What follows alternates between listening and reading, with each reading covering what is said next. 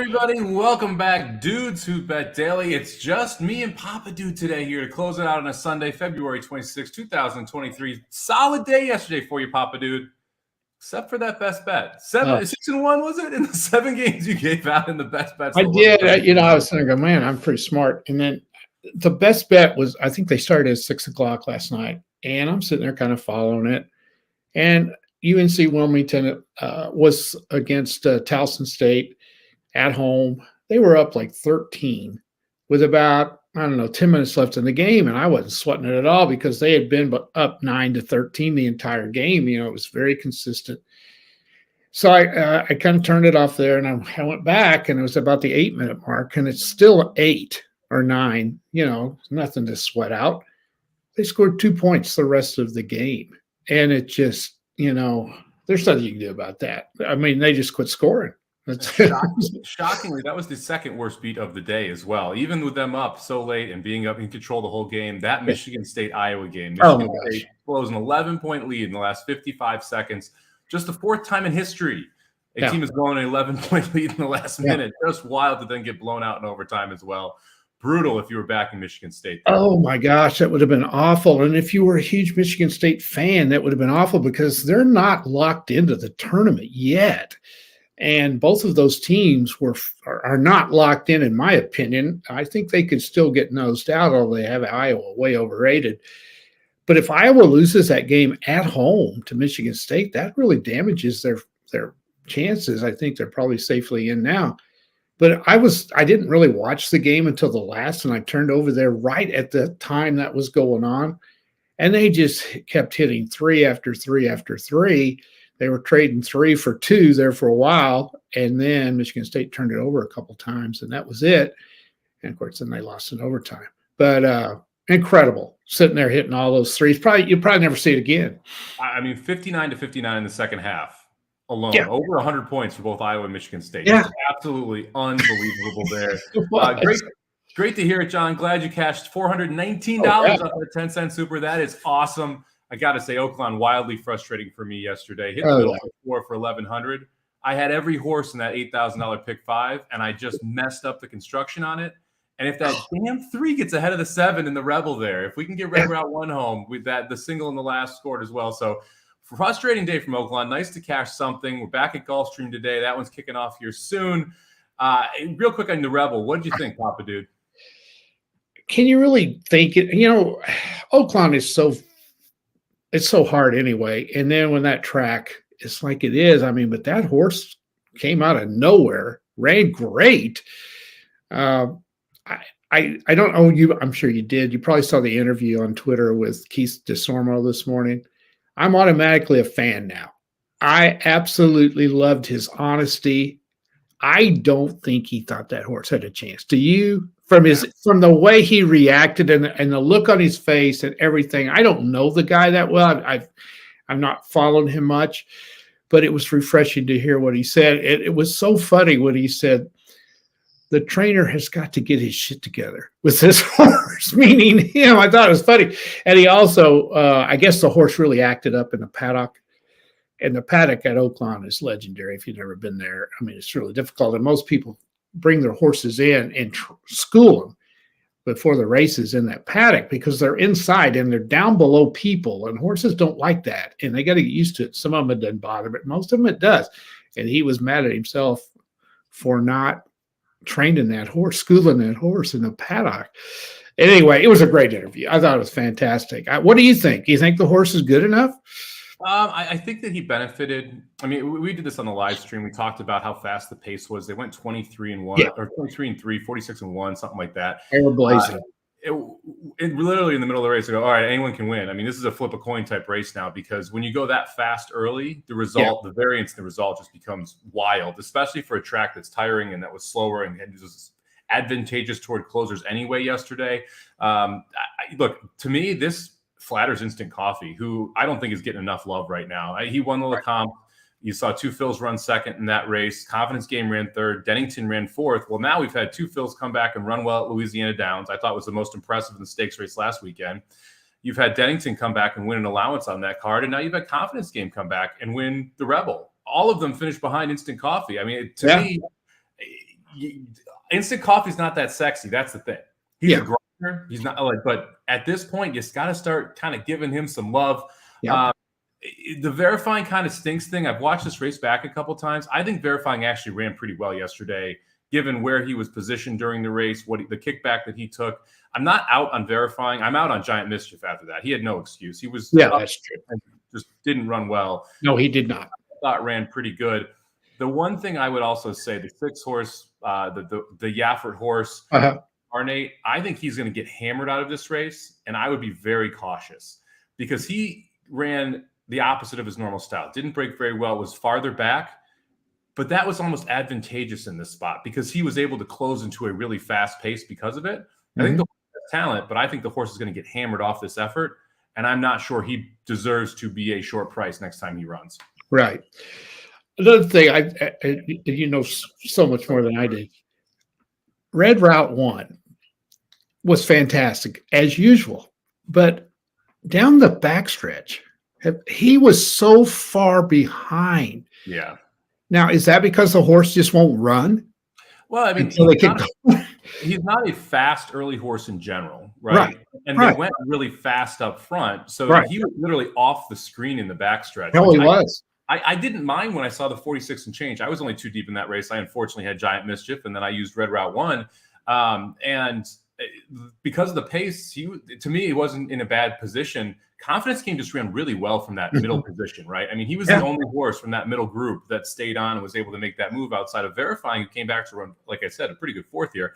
Red Route 1 just wasn't good enough. I mean, it's just that simple. He got a good trip. He never got stopped once he started closing. Confidence King was just better than him. I mean, there's not much else you can say about that. So Red Route 1 continues to be a great horse to use underneath. You got to use it in the tries. He's going to always run. He's going to always run on late.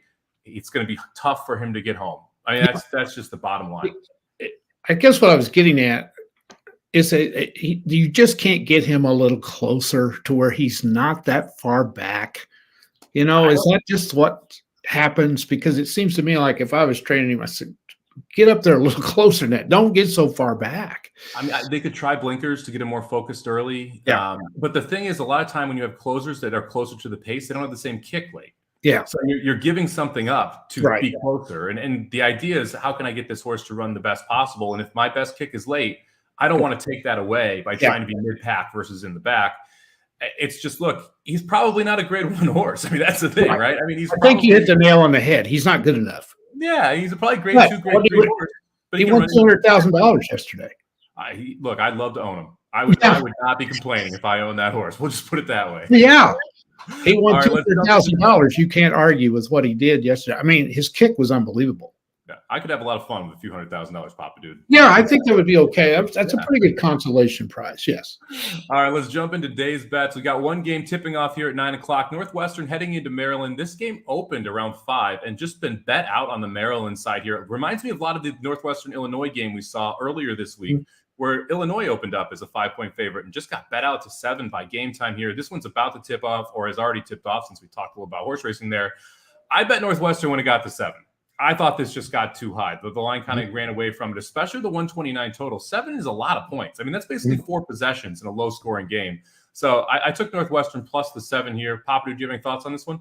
I totally agree with you. I might have taken them when it was 6.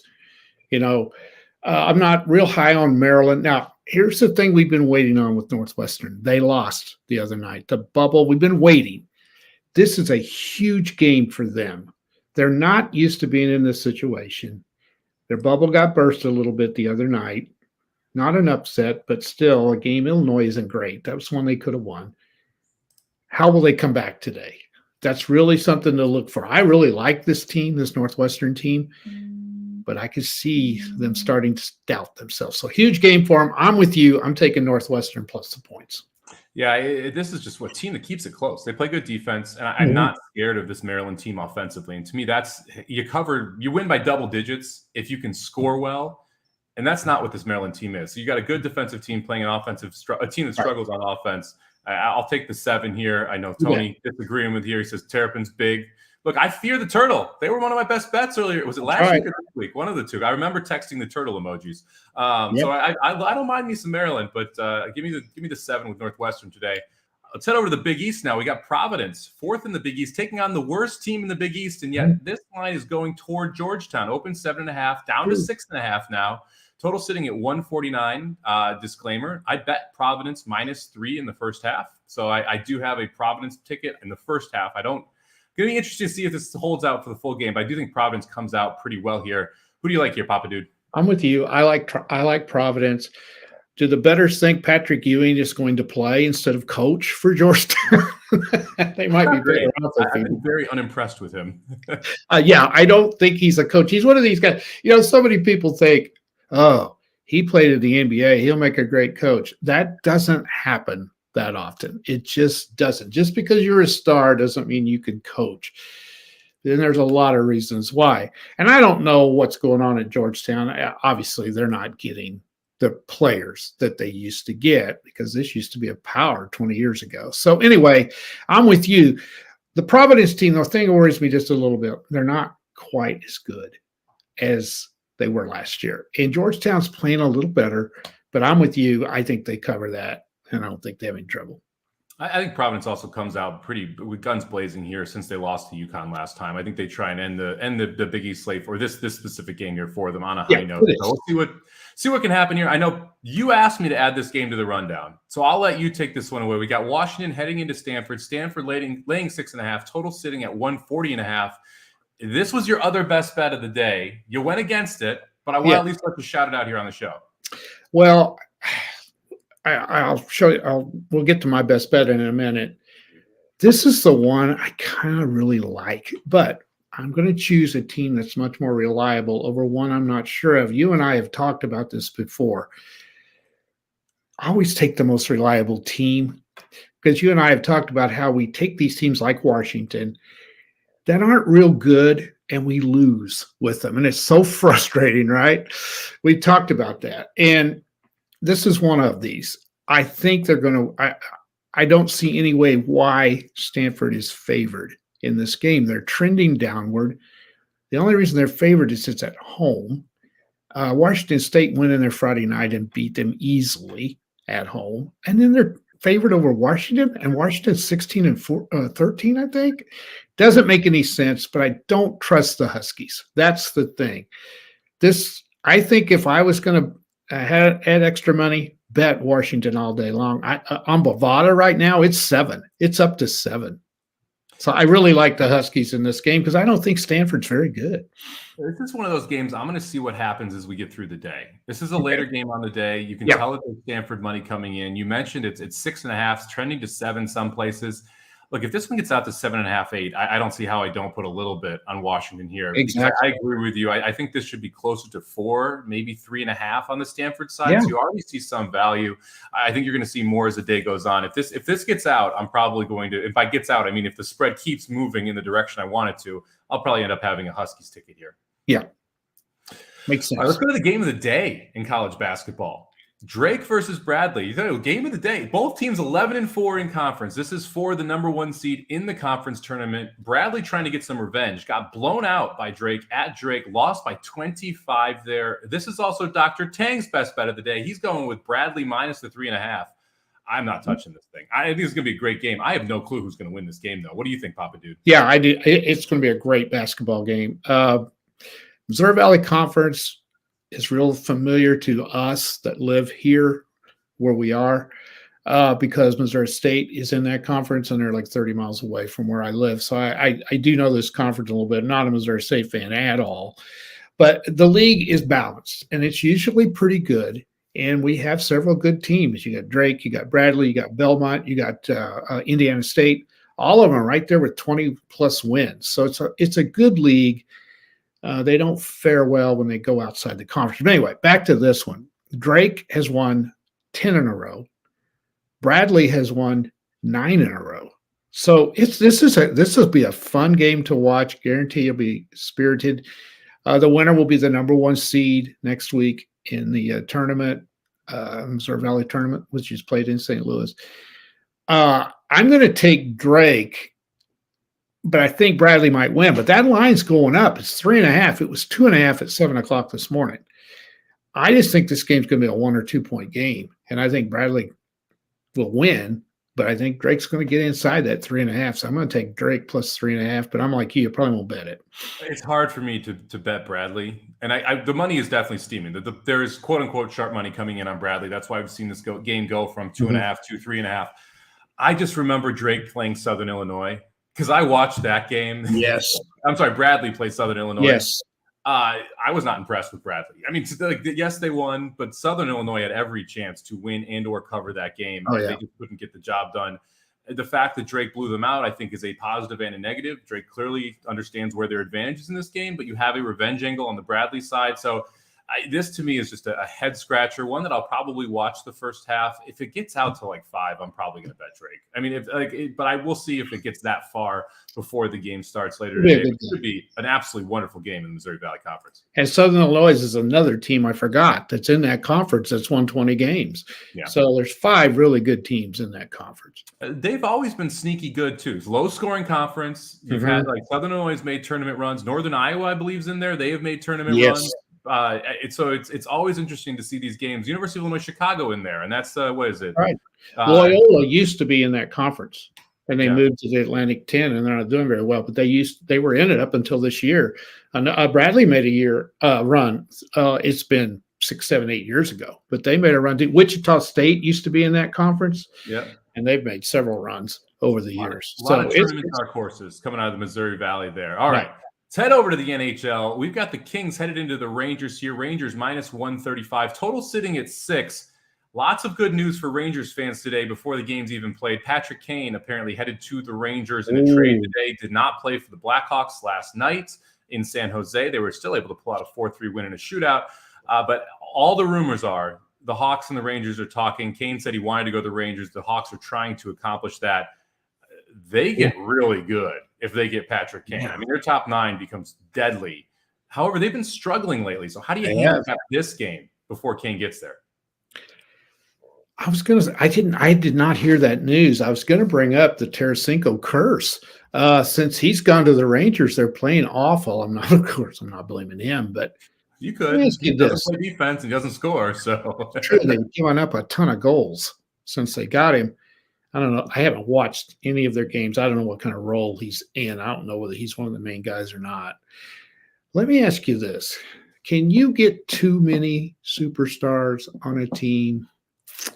Can you? Now, I think Kane is a fantastic addition. I think he might put them over the top. But sometimes you get too many. And it's late in the year. They've got to gel together. You've got to switch some lines up. The Rangers have been playing extremely well before these trades. I mean, they were a contender anyway. It might take them a while, and they may drop a little bit in that tough Eastern Conference. They may lose a seed or two. They may drop down 5, 6, something like that. But by the time they gel, they might be ready for the Stanley Cup run too. So I think it's interesting to see what happens if this does take place. I like the Rangers today simply because I hate picking the Kings on the road. I just do. So I'm going to take the Rangers today, but man, that is an interesting development if they get Kane. I like the Kane and Tarasenko pickups for specific reasons. I'm super worried about chemistry. Yeah. Panarin played with Kane in Chicago. Tarasenko and Panarin played in Russia together. That's true. You have connections to what I assume is going to be a Panarin, Kane, Tarasenko line. That's going to be your second line, essentially. They have all played together. Because Kane and Tarasenko have also played together in multiple All-Star games and have talked about it, how they've enjoyed playing with each other on the ice. So you have some type of chemistry at least already built in. However, they don't have a lot of time to figure it out. And defensively is what they need to figure out as much as anything else. They have a phenomenal backstop, right? Great goalie. Oh, he is. But you gotta limit the shots at some point. And that's going to be one of those questions is, can they do that? Can they handle the defensive side of the puck? Because the offensive side should be dynamic, especially on the power play. Yeah. This is my under first period. Give me under 1.5 goals. Rangers, Kings, first period. 2 teams, opposite conferences. Very good goalie on the Rangers side. This is one of those where I think it starts out a little slower. You could see a build up here. I would lean toward the under the total as well. But give me the under in the first period here. I would agree with you, too. I think it's tough to take the Kings here, although it's hard to bet the Rangers right now with how they're playing. It is, because are there any rumors? Are they giving up any players or just draft picks? Have you seen what they're giving up? I haven't seen what the haul is going to be. I would assume look, the Blackhawks are doing a service to Patrick Kane here because he wants to go to the Rangers. He was disappointed when Tarasenko got traded to the Rangers because he thought that's what was going to happen. That's where he's going to go. My guess is you're getting 2 prospects, maybe a bad pick. The Rangers didn't give the Blues their best prospects. So they still have something sitting in that farm system if they want to make this move. And I have a feeling the Blackhawks will accept less than they should for Kane because of everything they feel they owe Kane over the last 15 years and what he's done for that franchise. So I would expect you're going to see a decent price here, but not anything that's mind-blowing.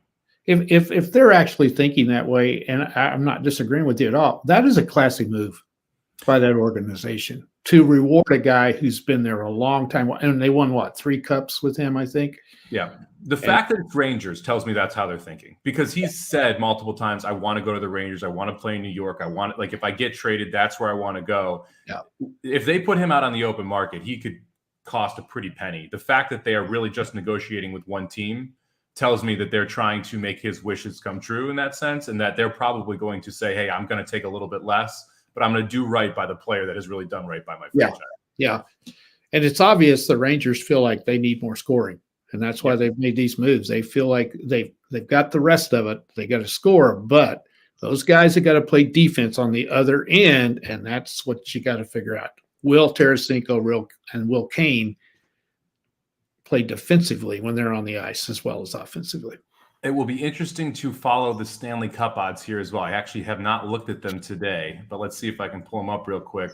Rangers 8-1 right now to win the Stanley Cup. That was 12-1 earlier this week. So there's already some money flowing in on the Rangers there in anticipation for this Kane move. All right, head to the NBA. We got 2 NBA games we're going to talk about here. The Suns heading in to take on the Giannis-less Bucks here. Total sitting at 231.5. I already bet the Bucks in this game. The Suns on the road, significantly worse than at home. The Suns don't have Durant yet. They don't have the pieces they give up for Durant yet, so they are shorthanded as well. And the Bucks surprisingly good without Giannis. I was surprised this was sub 5 points here, so I took the Bucks -3. What do you think, Papa Dude?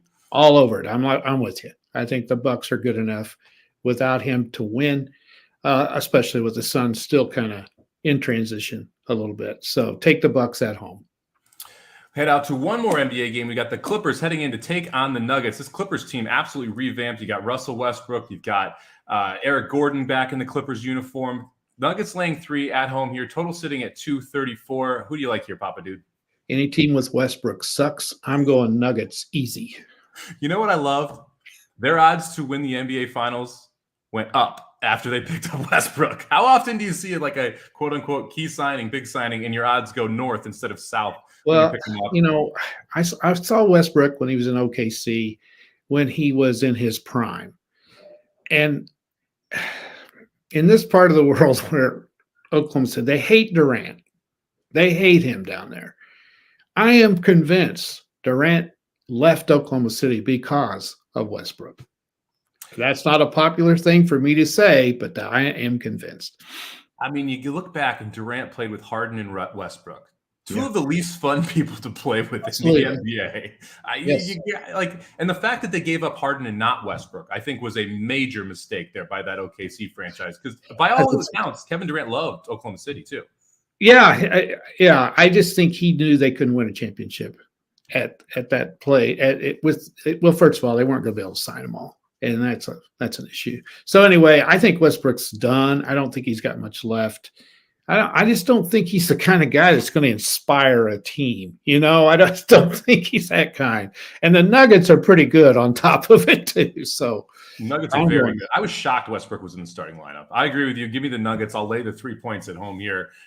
This Clippers team is going to be interesting to watch down the line here and see how they end up doing to close out this season and headed to the playoffs. All right, let's jump into the race of the day. We're going to go to Gulfstream Park, race number 9. And look at this. Rob N, before we even announce it, saying he likes the 5. Mona Stella here in the 9th race. I thought this was a wide open race. We're going 7.5 furlongs on the turf.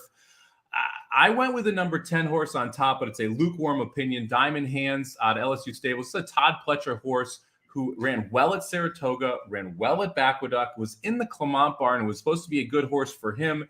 Then you saw him come back and go ahead to the Pletcher barn, ran well in both of those starts in the Pletcher barn, has tactical speed, which I like here, doesn't necessarily need the lead, gets Irad Ortiz, 7-2 on the morning line. I'll be surprised if we get that. I actually think you're going to see more like 5-2 here. But I like the 10 Diamond Hands on top. Let me give you one long shot before I ask you your pick here. The 4-horse, Avow, I think is awfully live here. The other Pletcher, $300,000 son or daughter, of Arrogate. This is her first start as a 4-year-old, first time on turf. I think she runs well in this spot. I think the 4 at 10-1 is awfully interesting as well. Papa Dude, who do you like? I like Shotty's. She says she likes Diamond Hands. And she says then later on the name will fit someday. Yeah, I'm sure it will, Shotty. That's good. I went with a 5 as well. Oh, who was that? Rob that had that? Yep. A lot of horses in this one coming off long layoffs. So at a mile last time out, finished second, lost by a little bit. They're shortening up just a little bit today. I think that might make the difference. I like the 10 second. And then I'm going to throw the 1 in third. That's what's distinctly possible, I think. I have a hard time with these horses that have been off. Diamond Hands has been off since September. It's not too bad, but distinctly possible. Number 1's been off since May. I kind of have a little bit of interest in the 2, but that one hasn't run since April. So we'll have to see. So I'm going to go 5, 10, 1. Yeah, we got another interesting race earlier in the day. I'll just quickly reference here. Davey asking about Tashabwi, who's running in the Gulfstream Park, 4th race. Shotty mentioning Diamond Hands, Sergeant Pepper, a $1.6 million colt for Todd Pletcher running in that race, Sergeant Pepper. I actually like the 3-horse in that spot. We'll see what happens. I have 7-3 as my 2 must uses in the 4th race, but that 4th race is an awfully fun maiden special weight as well. All right, Papa Dude, let's jump into the best bets here. We'll start out with Aaron's. He shipped his in here. He's got Lightning Pens over 6.5. Looking for a lot of offense between 2 teams that can score, but I'm scared to play the Pens over ever because it seems like they're expected to score but don't always do it. We talked about them taking on the Oilers, and the Oilers got over themselves, but the Pens put up 1 there last time. Aaron trusts them. He's going Lightning Pens over. Papa Dude, what's your best bet here?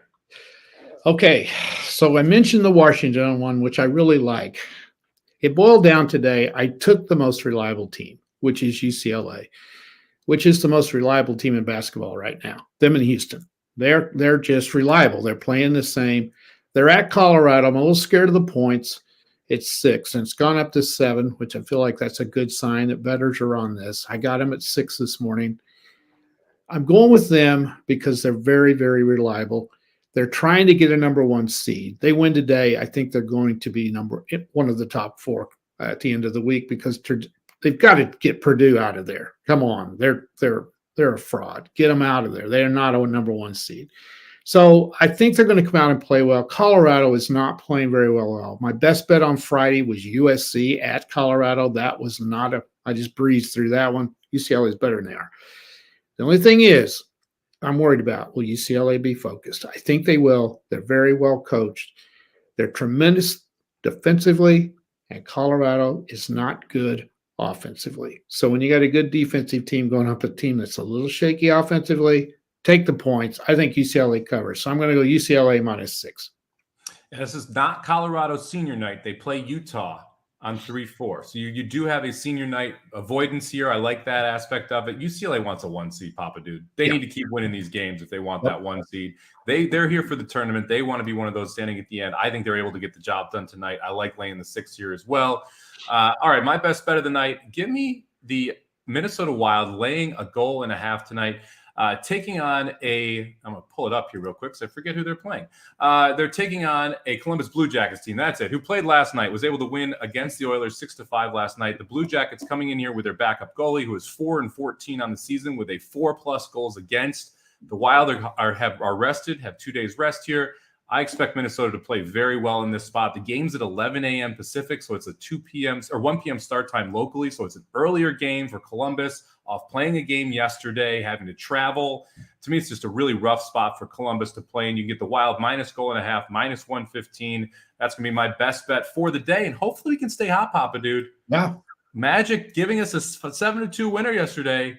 They will really boost up that ROI. We'll look at the best bets before we take off for the week. Aaron taking the Lightning and the Penguins over 6.5. Papa Dude, UCLA -6. Give me the Wild -1.5, -115. 9-8 for the week, up $260, up $677 for the year. Thank you very much for joining us. We'll be back on Wednesday, same time, same place for more best bets around the sports and horse racing world. Good luck today.